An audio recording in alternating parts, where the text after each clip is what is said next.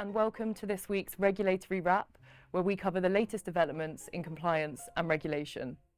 So despite the summer lull, last week we saw a big development coming out of the US, where in a nutshell, the SEC has announced that it's charging 11 Wall Street firms with record-keeping failures.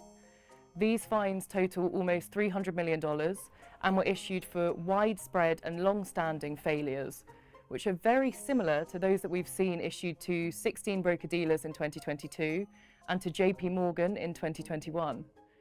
The interesting point here, though, isn't necessarily the fines, although it's never good to see fines on this scale, but actually it's the regulatory messaging that we've seen as a result. So the CFTC's commissioner, Christy Goldsmith Romero, issued some of the most severe regulatory messaging we've seen on this topic.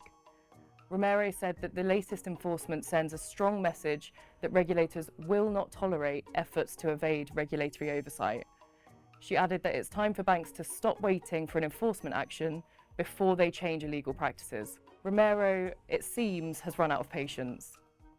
This is especially true of senior leaders who, according to the regulators, were responsible for the misconduct in all of the cases. Romero said that the regulators found the tone at the top was one of evasion and one of keeping regulators in the dark. It really looks as though US regulators will no longer tolerate record-keeping failures or the continued use of off-channel communication methods. To echo the words of the FCA in the UK, there's nowhere to hide here, and firms should be looking for solutions as a priority. I'm sure this won't be the last we hear on this story, so please do tune in next time for another regulatory wrap.